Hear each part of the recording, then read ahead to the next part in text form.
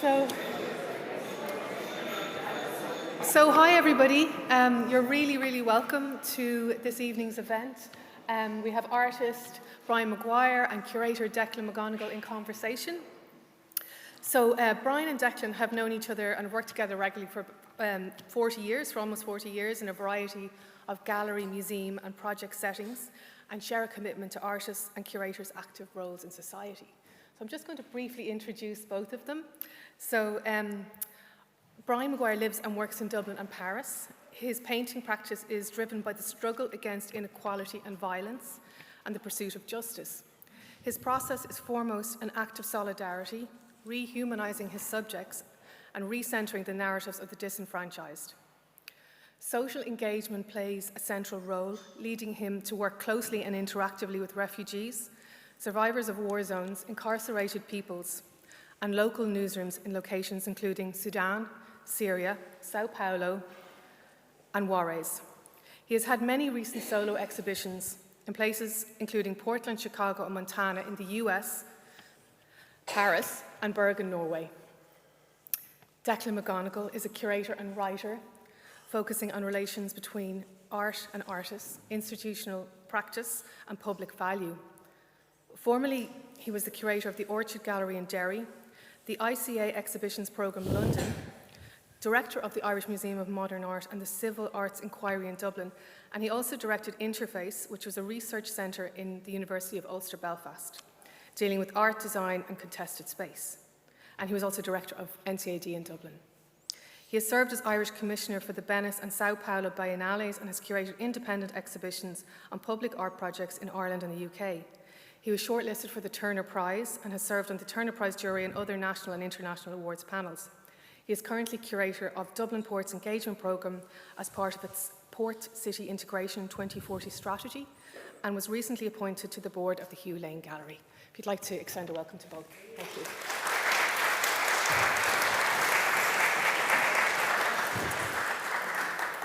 Thank you for the introduction. I mean, I want to start really by, first of all, congratulating Brian for the work in the exhibition and for your practice.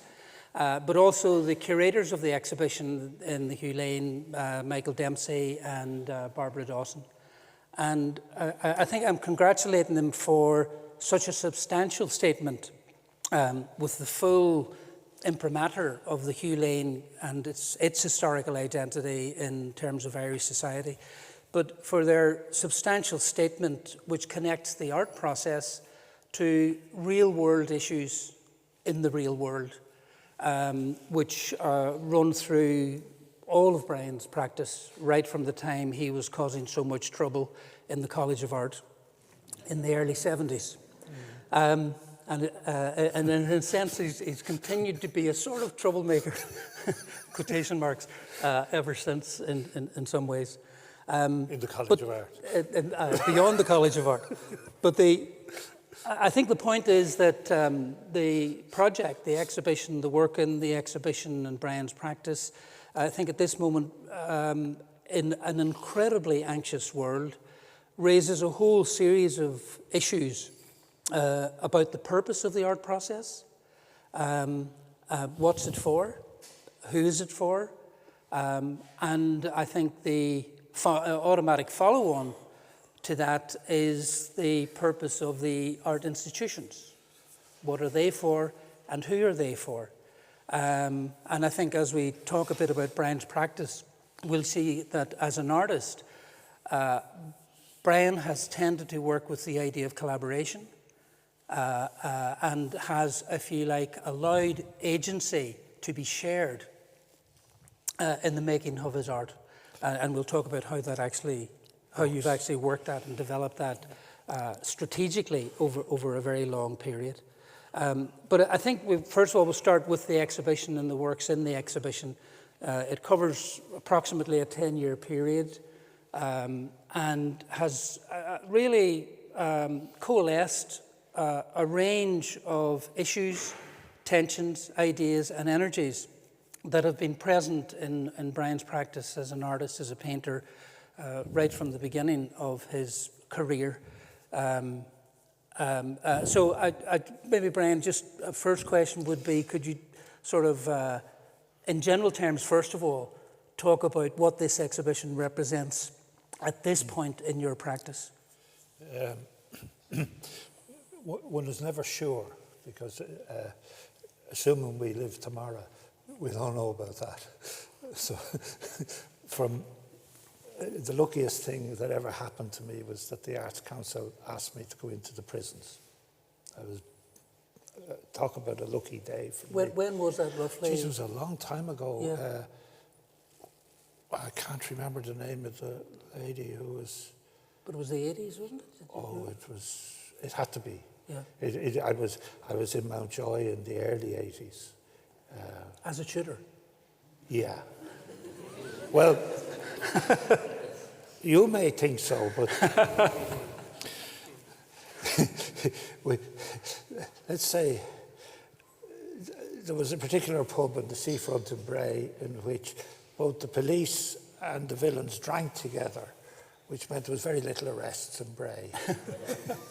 Follow me? So we leave it at that.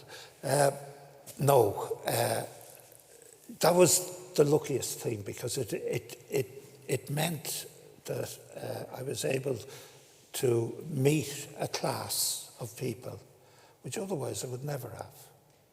Because there's a particular class of Irish men who go to jail, and they're not the same ones who go to college. Occasionally there's a very occasionally, about 4% there's a crossover of college going to jail and jail going to college, but that's about it, you know. So that helped me. It helped me keep my feet on the ground. It helped that, and membership of the Workers' Party, knocking on doors, days like today. It did help. So that I felt more comfortable there than in the Living Art exhibition, or in that the kind of world that the art seemed to be. We weren't very welcome there either, which was also very clear. That I remember somebody, what's his name? Pat Murphy, not the RHA, but the other one. Rusk. Yeah, he had figured out my place in life, and he somehow communicated it to me. Well, that was kind of the end of him. You know? But it was that attitude. So when I came to make this show, I was working, or looking at refugees, working with refugees. I had been, it was possible to, in fact, get a man to the safety of Ireland who was in danger. He was one. I was given another fella, kind of given in inverted brackets, by Hugh Lane. I don't know if you remember him. He was a Brazilian psychologist that worked in Dublin, but he had taken care of this young African boy, and he was leaving, and so he announced that I was getting him so to take care of. Yeah. You know, so I had involvement with refugees through my own private life, and so when the first show here, when you begin to become aware of what was happening in the Middle East or in the Mediterranean, it was just horrific. And I went there, I drove there, and I kind of followed the journey that they might have taken. Tried to drive along the route that people walked. And they gave rise to the first room. And that gave rise to the second room, which was, I've worked in America every year for the last 40 years, usually in August, but at other times as well. And I became aware, again, I was fortunate to find myself in the office of the medical officer for Pima County in Tucson, Arizona. a man who is responsible for the dead in Pima County. It's a huge place. And I asked him if he would give me access to the images of the dead from the migrants. And I said, if you do, I guarantee I'll make pictures of them and I'll show the pictures in New York and elsewhere, and the story will go out. And he jumped at it. He said, fine. You know? And so I was in the middle of the big police files within a couple of weeks and selecting pictures. So that's the second room. That was the research for that. We didn't meet anybody. Sometimes people say, I've met these people's families. It's not true. We don't know who their families are mostly. But that was that room. The next one, I think, is the room of war. Yeah. And it involved, again, a research trip to Syria, because I didn't believe, the little I knew about Syria, it didn't gel with what they were putting in the New York Times, the Irish Times, etc.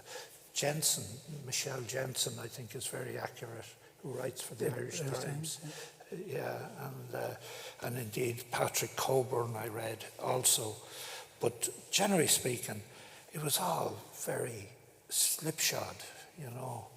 It was dividing populations into they're in his camp and they're in another camp and they're all attacking each other. And of course, this is nothing further from the truth. You know, the Syrian government is supported by the Syrian Arabic army, which is mostly Shiite, or Sunni, not Shiite. Whereas the government is Shiite, but the troops are not.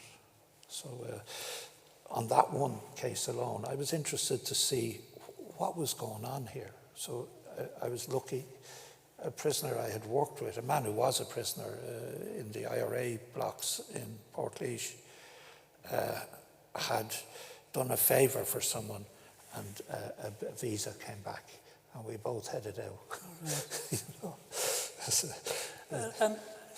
Those are very different contexts, yeah. And they're almost exotic locations if you look at it from the perspective of people in Ireland. And you just said there, I find myself in the office of. Yeah. But can you talk a wee bit about the amount of negotiation and, as it were, non-art perseverance that is required to get you into position? Well, I know that most of the negotiations would have lasted 5 years, and there would be nothing coming back for ages. Like trying to find a visa to Syria was impossible. Yeah. It was zero until someone did someone a favour, and we were able to collect. With the guy we were in, we had a show in a museum show in. The same show, slit straight down, half of it going into Juarez and the other half in El Paso. And we were there for the receptions of that. And it was during that time, some phone numbers appeared. Mark McLaughlin, the filmmaker, got phone numbers of different people in Tucson, Arizona, which led us to A, to B, to C, to eventually to Greg Hess. And that's the way it goes. You could be, like, I'm very, very happy to have an idea, a desire to work, and then just leave it on the table and wait until I have the money to do it, until we have the time to do it, until we have the connections to do it. You know, I would want to do it first. The desire to do the job comes first. And I don't care where the place is. I don't care if it's exotic or not. You know, you know, the woman who brought us around Syria was she worked in the travel industry. She was retired. She was in her 60s. But part of her retirement is because there was no tourists in Syria at all. There's nobody there, you know. So if exotic is empty, this is exotic. The same would apply to most of the places. They are exotic, but they're empty. There's nobody there. Yeah. Well, no, it's a sense of exoticism in a sense that exists. But Cleo mentioned about the idea of socially engaged art practice, and that's a critical process that has its own language now, in a sense. But I remember arguing with somebody when they said that painting couldn't be socially engaged. Oh, yes, of course it can't. The idea that the job of painting, the purpose of painting, was something other than what is thought about in terms of social engagement, which is completely contradicted, of course, by your practice in this exhibition. And I think it's a very important statement. The exhibition is and body of work is an important statement on many levels because of that separation that can take place so easily, when in fact, I would argue, the best art has always existed as a result of social context. Whether it describes it or not is another matter, and how it engages with it, but it comes out of a social context. It doesn't arrive from outer space, sealed off from social context. I mean, I think my age is very important in my choice of painting, because there were no cameras when I started. Yeah. You know, there was certainly no movies or videos, or just that wasn't there. And so, and once have there been any family connections with art as a process? Or?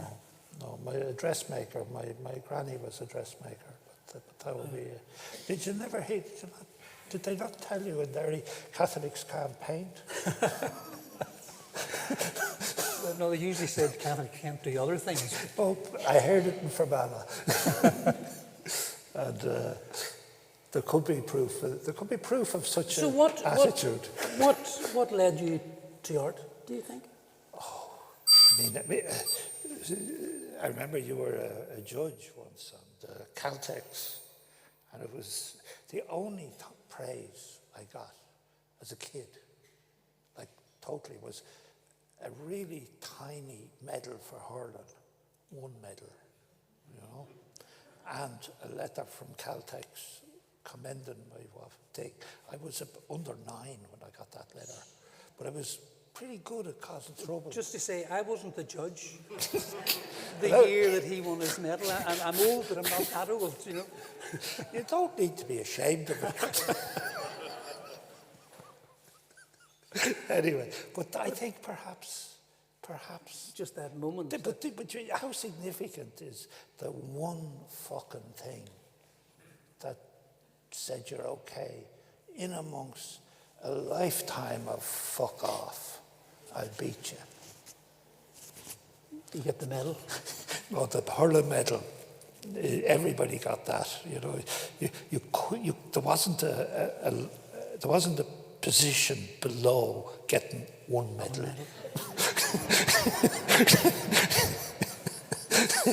So it didn't count.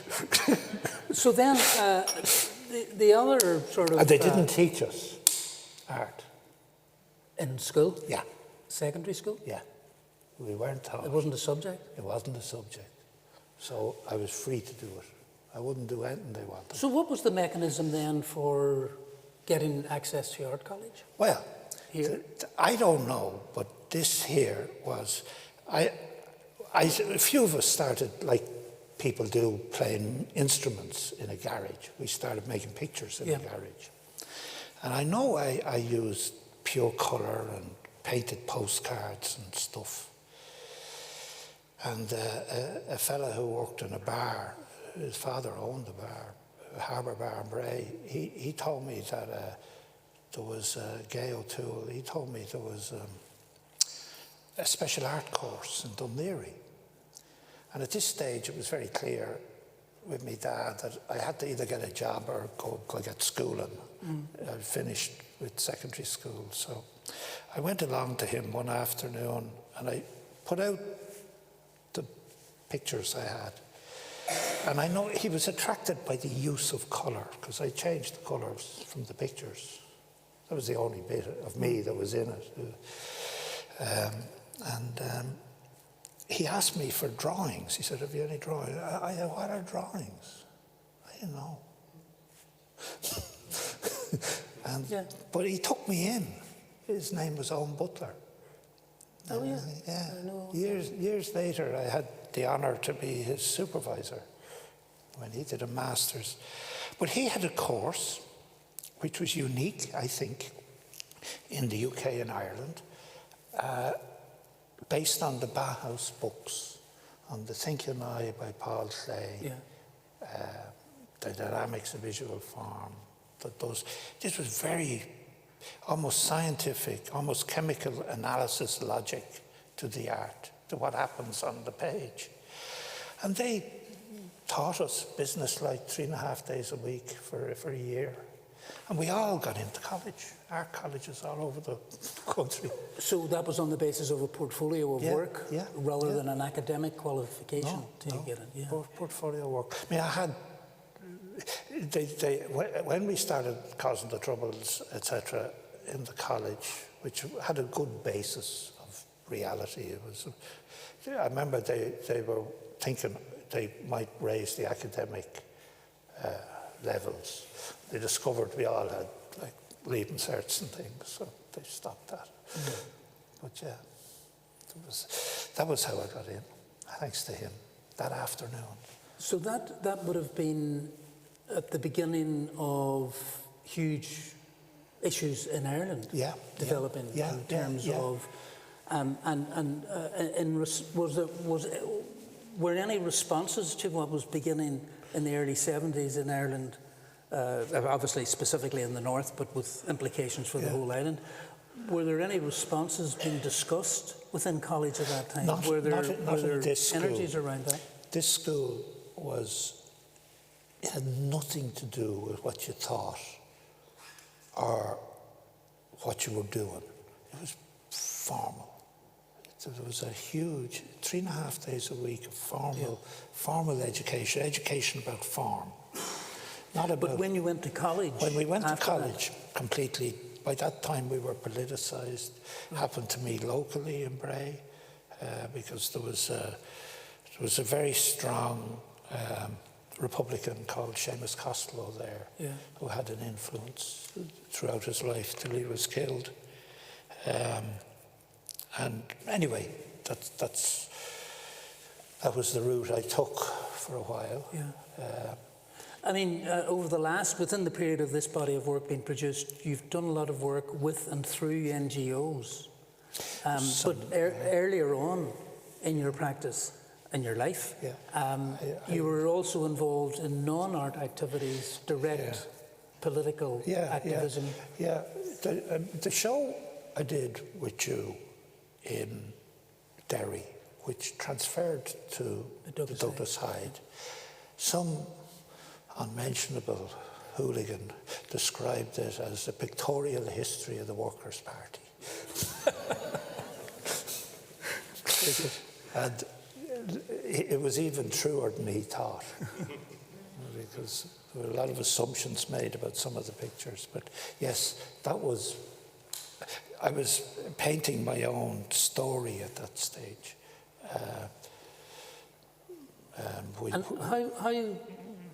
Can you talk about how that was received at the time by this thing called the art world?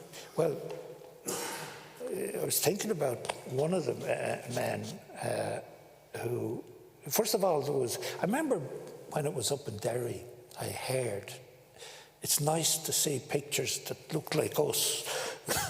And that was a reference to the young man with the guns. That there was a sense that this wasn't, it wasn't divorced from some people's reality. There was a writer, Donald Cusbett, he wrote about it. And of course, I'm thinking about him today because we have another ceasefire in the Middle East. And he used to when I questioned him about that stuff, his answer was it's very complex, and he hid, you know. Those were better days than these, you know. Now they lock you up for fucking questioning. But I think the really straight response was in Derry, you know. People they always liked the way I worked. They still do. They still like the painting. They might not be, you know.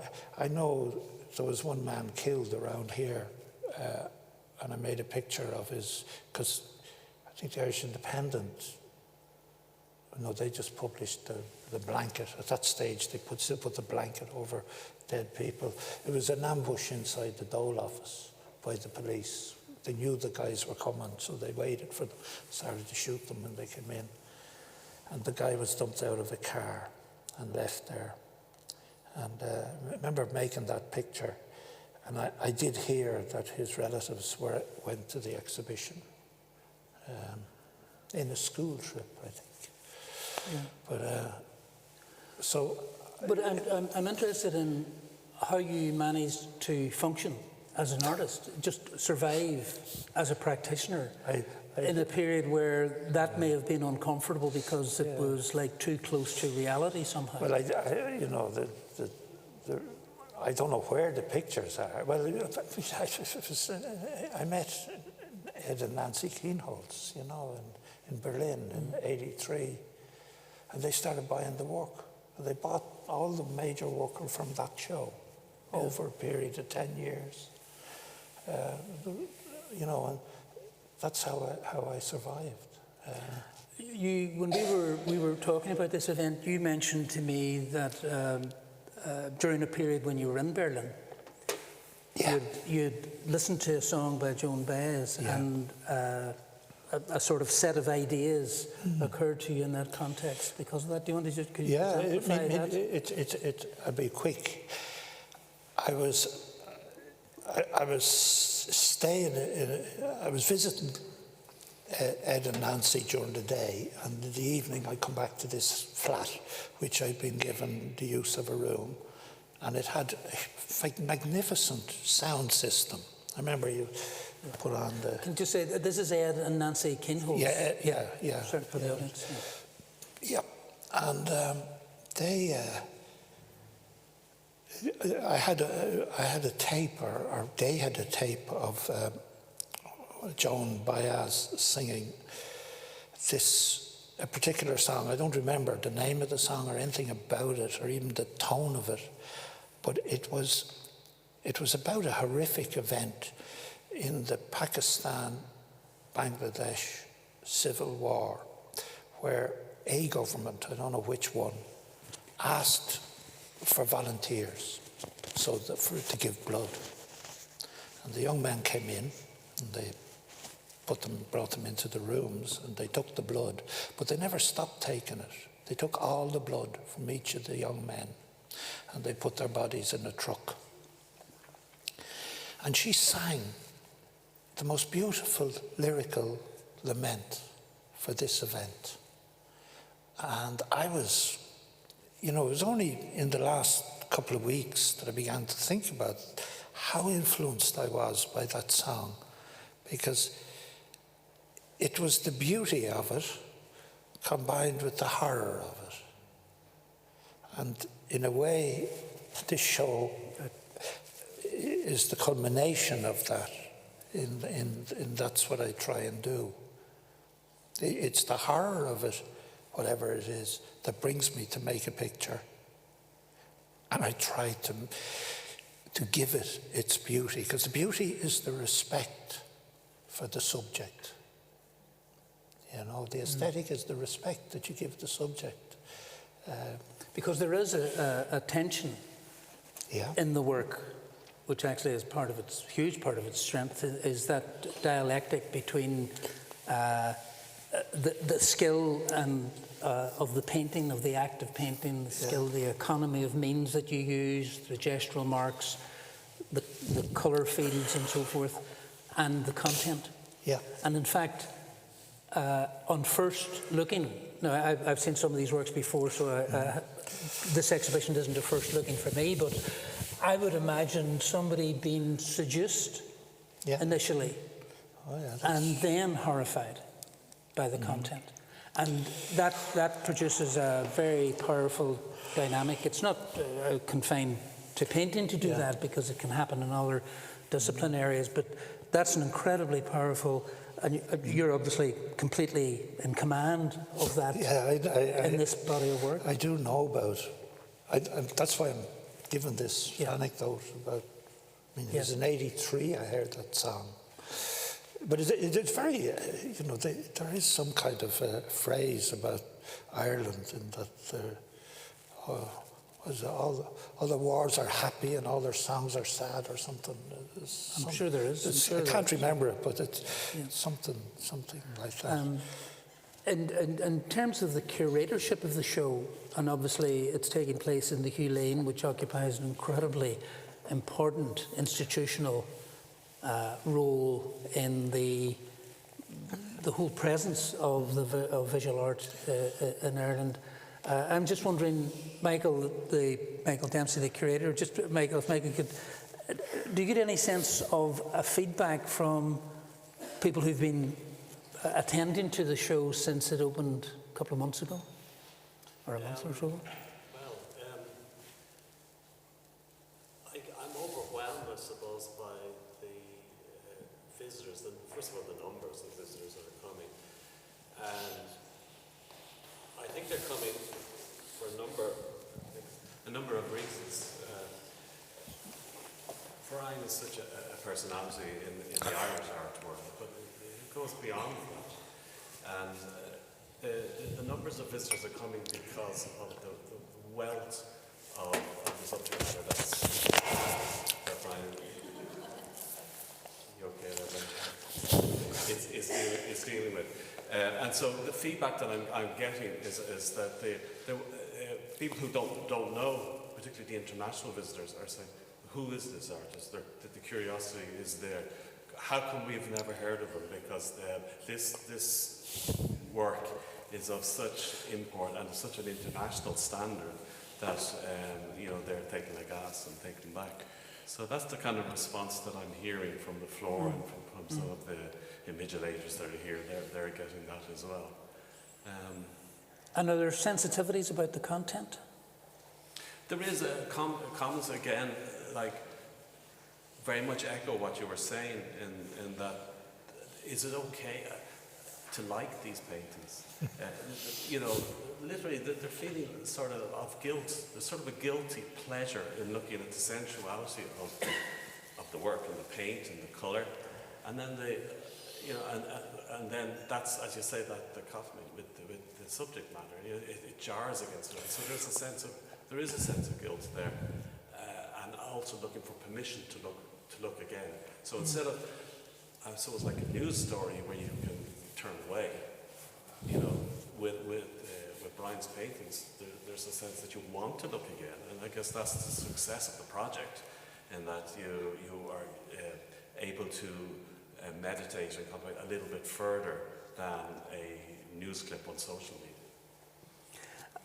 I'm reminded at this point of something that Leon Golub, the American painter, who also made political paintings, if you like, for shorthand, answered a question that was put to him about his work going into, really quite large modernist institutions, visual art institutions, and about the audiences that attend those institutions, and certainly in the American context often pay quite a lot of money to attend.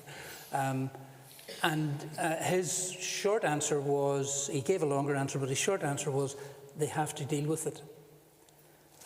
So is there any sense of confrontation in that you're, as it were, investing in the work?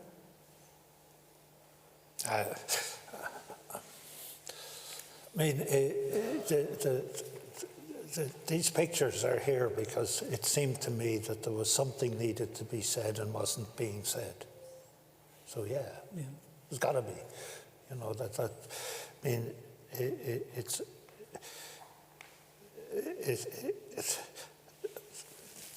they kind of once you do them, show them, you know.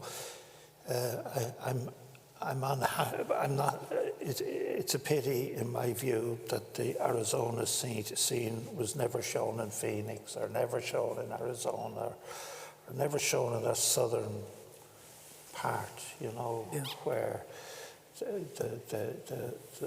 the Trump results would indicate that there is a majority view that the migrants are a danger to us, which is, the pictures say the opposite. You know, so no, I mean, they're definitely, every door is not open to me. You know, that's always been the way, but survival is part of the business of making them. You have to show them. I mean, they're going to be published. I mean, there's a film accompanying this thing. There's a book accompanying it. It's nearly hamburgers. You know. In Juarez, you were making a film, weren't you? And you couldn't continue making that film. No, we at the did. time. No, but were you not no, I had to. threatened? No, I wasn't. You had to leave town or something? Oh no, it's the other way around. Oh, what? It was. What was the other way around? I lost faith in the fella doing the film, and I had to make him leave town. Well, was there not a situation where you were? There was some danger. There was, because of the story you were covering, or you were dealing with. I don't know, but I had to drive very fast away from some problem. All right. The ring road of Juarez. Euphemistic way of it's. The other thing that happens, I mentioned at the start about the idea of a collaborative process, and the idea of sharing agency. I mean, part of the agency that's been shared here is you're sharing the process of witness to something. And could you talk a wee bit about the way that when you go to a situation, you often do portraits on the spot, as it were, and you consider that to be a collaborative process, can only work as a collaboration? An artist comes into your room, you know, what can I do? I can make a drawing of you, and if it works, if it looks like you, if it's a good drawing, I mean, you will be happy. It doesn't matter where I am, what level of education the person has. They understand that people understand what a face is. Making the drawing has always been, it's been very simple. I started doing it in the favela in Villa Prudente for Pat Clark, who was there. And I was told you couldn't bring the favela to the Biennale. It was a very good man that told me that. It was the curator of the thing. So this is in Brazil. Yeah. Yep. So naturally, when you're told you can't do something, that's what you do. So I did 2 sets of those children and carried that into the prisons. Did 2 sets in the prisons when one set would be going public. So I don't know. You also did a lot of work. In fact, set up a very well-organised course in prisons, which I had some direct experience of the workings of. Could you talk about how you began in that process and how you negotiated not just your presence in the prison, but the relationship with the prisoners? Oh yeah, well, the relationship with the prisoners, it was really easy because there was very little difference between me and them, other than they had been sentenced. They'd been caught? Yes. There's no other fucking difference. So, There's some here, there was one or two men here who will confirm this if wanted. But that same chameleon had to come up with a different set of clothes when I was in the ministerial office in the Department of Justice and in the governor's office. As an artist, do you have to surrender anything to get access? Well, no, not to get access, but to keep in that position. The guys were doing time. The other ones were making sure they did the time. And I was coming in and going home. I had real privileges. The price of those privileges was that I couldn't do anything I liked. There were limitations to what I could and could not do, particularly in terms of artwork, what painting might be made, or I mean, you learn as you get older how to respect the opposite and respect someone else's position, and that what you can do. I always saw that work as service. I was in service to these people. I needed to help them to do whatever they wanted. I helped many a provo paint a picture of doing things that I would be totally opposed to. Yeah. Give you that example. I know. But I wouldn't paint a picture. I stopped making works that would have been critical of the IRA when I was in that position of privilege.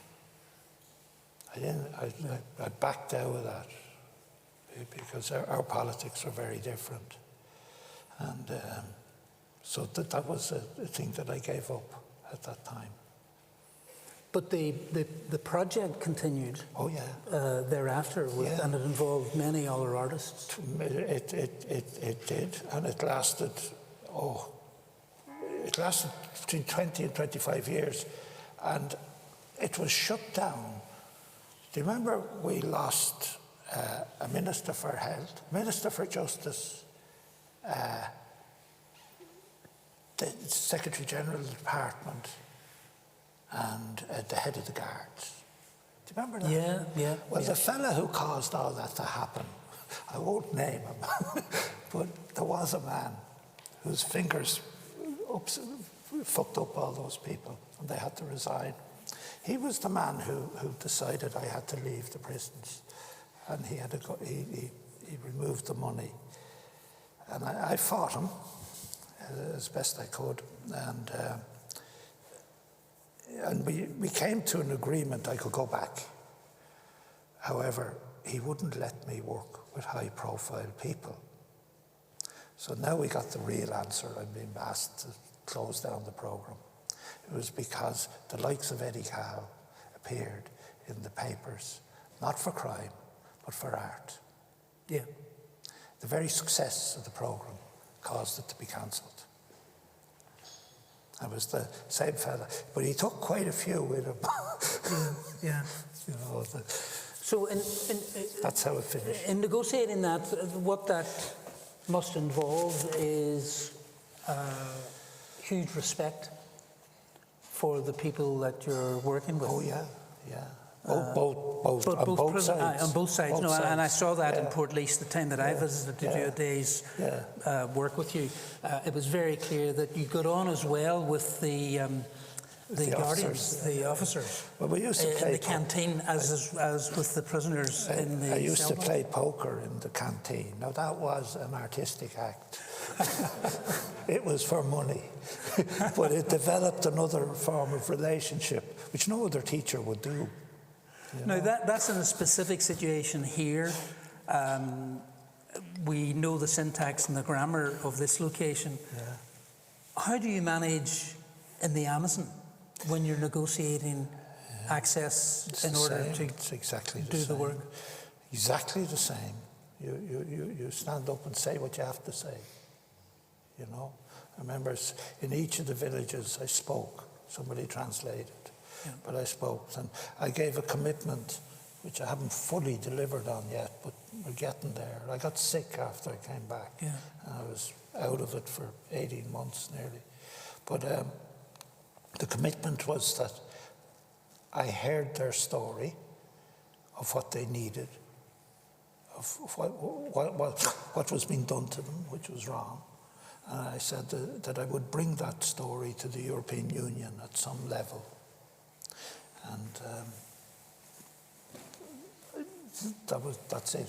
I still have to do I have to do the return of that. I've brought the story. It turns out, mostly in my life I'm lucky.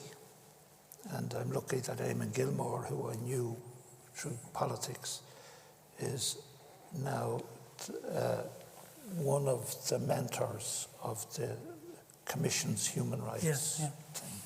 So, I mean, we can see the results of all of those negotiations in different situations and investment of time and research and then engagement. Are there any situations where it didn't work? I mean,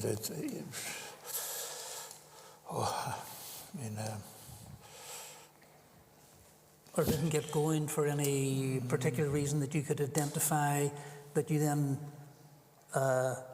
rethought later on? Or I mean, it's funny, you forget about the projects that you don't do, but there must be loads. I'm trying to pull back into my mind memories of dreams I had of projects that never did occur, and there should be lots. But there was. I had a vision around Northern Ireland, around the North, around the Good Friday Agreement, around the war is over. The war is over. What happens when the war is over? We have a ticker tape parade down the main street by the people who fought the war. Isn't that right? That's what happens. Oh, yes, that happens. Everywhere. Yeah. Perhaps the defeated don't march.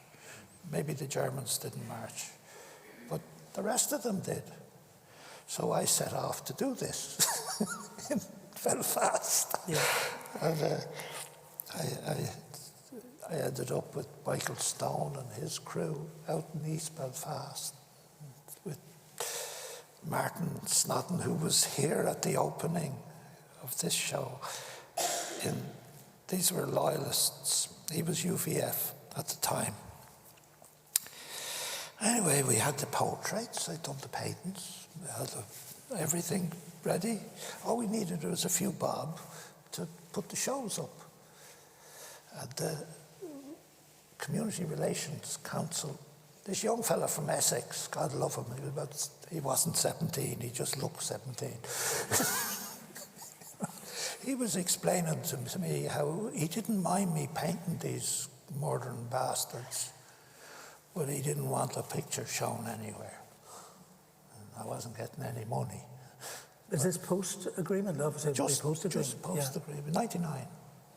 99. Anyway, the nature of the animal sometimes refuses to give up. Not me, but them. And so the UDA rang the poster company and explained that they needed a billboard. They could give them the billboard or they could lose all the other ones.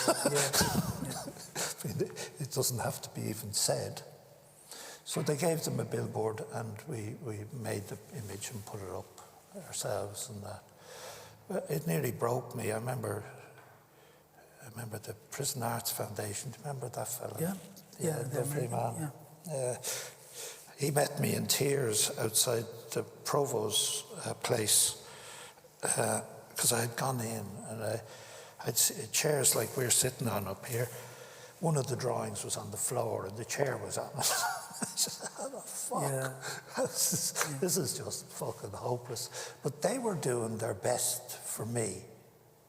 They didn't understand what the fuck I was on about. But it was in the Felons Club. So by allowing me to come into the Felons Club, that in itself was a huge I mean, you remember the people killed in Gibraltar? Yeah. There was a row going on when I was there because they couldn't be in the exhibition in the Felons Club because they hadn't been in jail. Yeah. They were killed before they went to prison. And, you know, that's how serious they take who comes into this place. So letting my work in there was a huge compromise for them. But nobody really understood what the other side was about.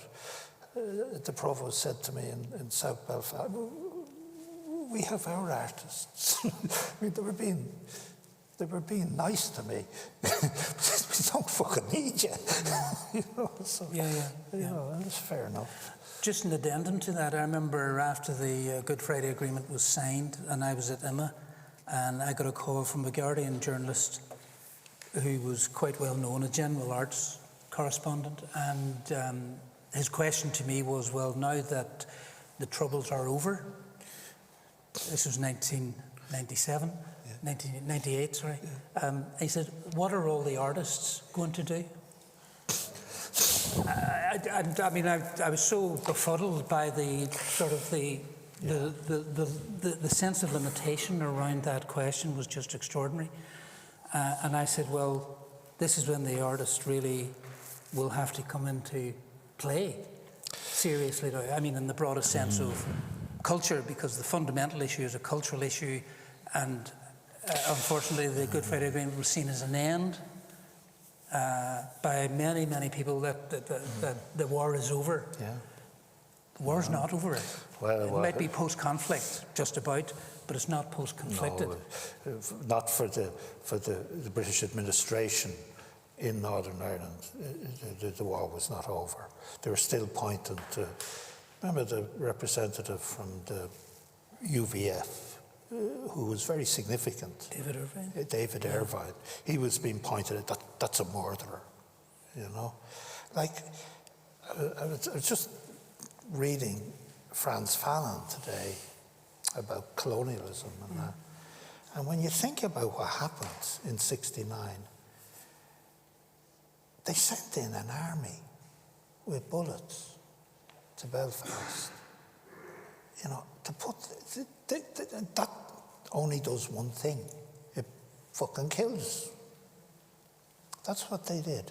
They didn't send in sociologists, educators, doctors. They didn't send in even police. You know, no, they dealt with it as a military problem, that we can suppress this by shooting people. And so it all tumbled out of that. And now they're ringing up to ask what are the artists going to do because they have stopped killing. Fuck off. No, well, he wasn't the only person who hadn't read up on it properly. I mean, there was many, but it was telling in terms of an attitude that somehow the post-agreement period, which would have to be a period of construction and reconstruction and creativity and reimagining, and imagination would have to be a crucial part of it.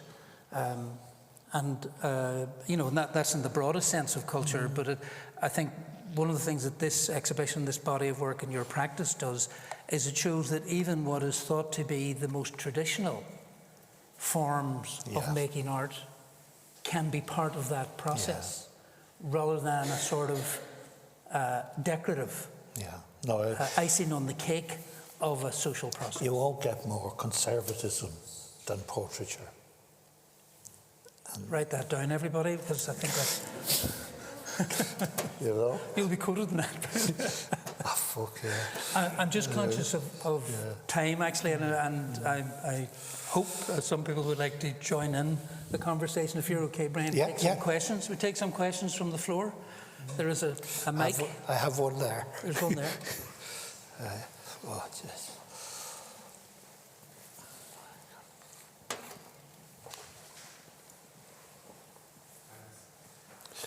How are you, Brian? Who do you look back at as your artistic ancestors, and why? I mean,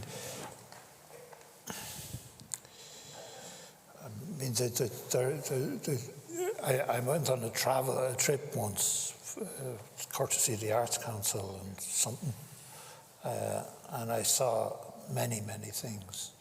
I saw the battleship Potemkin by Bacon, that picture, which really I saw as something to learn from. Alice Neil, in her anti-fascist work in New York. I saw Edvard Munch's Jealousy, you know, where the lover is wrapped around his wife in the garden and he's just looking at you. You know, we've all been there. I also saw those ancient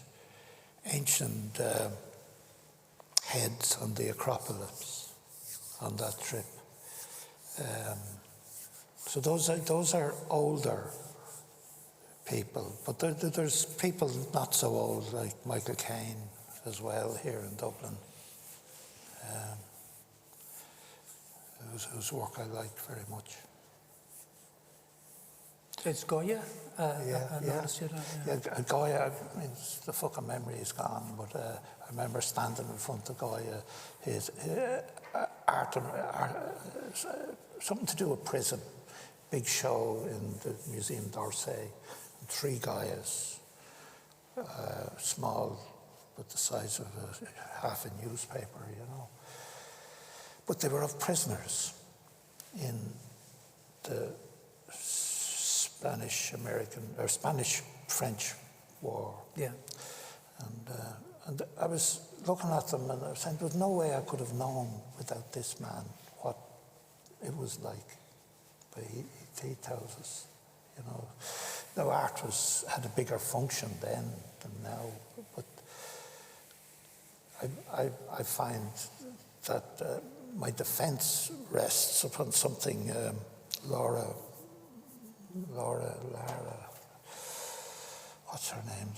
Marlowe said about looking for images that she knew were there on the net and couldn't find them after 7 years. The possibility that this stuff will last and will be held with care and be written about and stuff, that will exist into the future as the art from the past exists into the present, is the reason for doing it. Does that make it a sort of testament? One hopes that it would become that. I mean, we do the pictures. What happens with them afterwards has a big range of people involved. Yeah. You know, there's no way is it finished. When it goes out the studio door, it then begins to engage with the society, with what have you, and it finds its a level. Just any other, just if we take some more questions? There's one here first, and then I'll come to you.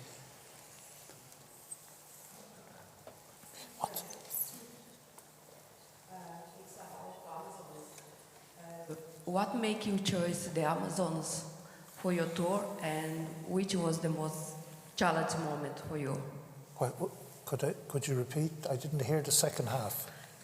I have 2 questions for you. The first one is what made you choose the Amazons? Okay. And the second one, if you had any very challenging moment for you. Any challenging moments in working in the Amazon? The second one is very little. Very little. It's always been okay. The first one, it was Pat Clark, who is a priest, Dublin priest in Sao Paulo. You know him? Ah, fuck. He's not well this moment, but he asked me. He said that we could send a journalist there, but if we send an artist, they'll make an exhibition and it'll continue, whereas the article in the paper will be gone the day afterwards. So that was his thinking. And he made all the connection, you know. I went to Simi, is a left-wing Catholic operation to defend the indigenous people based in Menaius, and they organised the trip.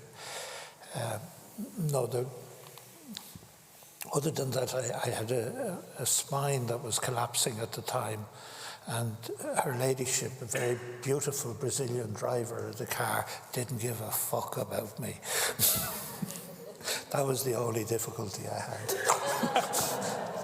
That married with potholes. Sorry. Question here. Mr. Maguire, it's been an absolute privilege to listen to your words this evening.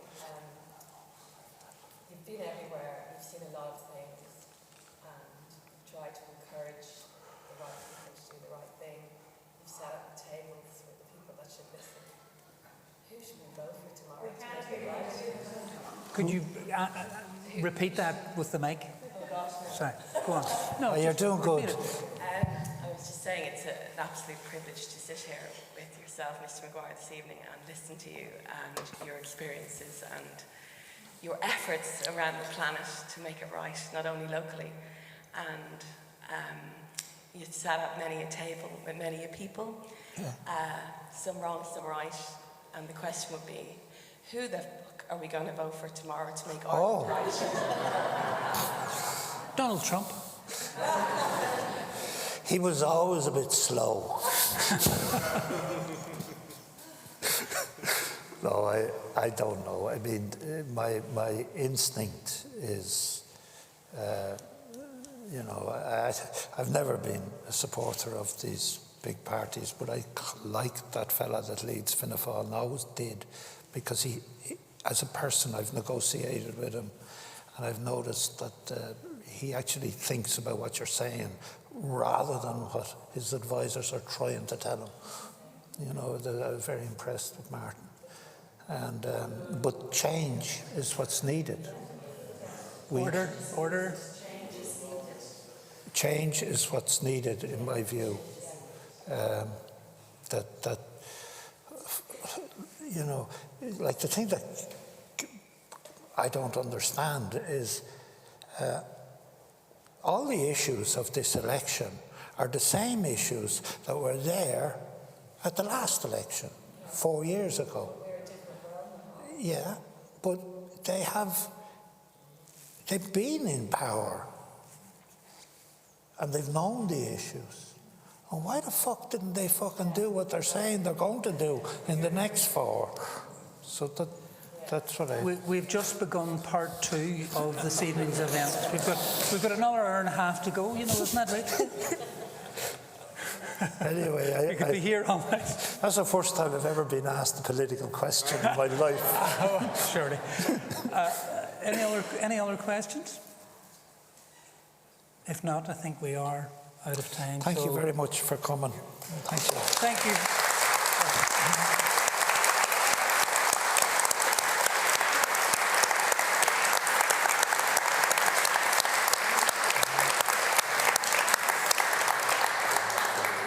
He said it. I was supposed to say it, so I'll repeat it. Thank you all very much for coming on a cold, wet November night, and thanks to the Hugh Lane for having organised. I should say, you know, because I was thinking of it, that this man here, he curated the first major show I ever did in Derry. It was the first show. So thank you. It was easy. Thanks, Brian.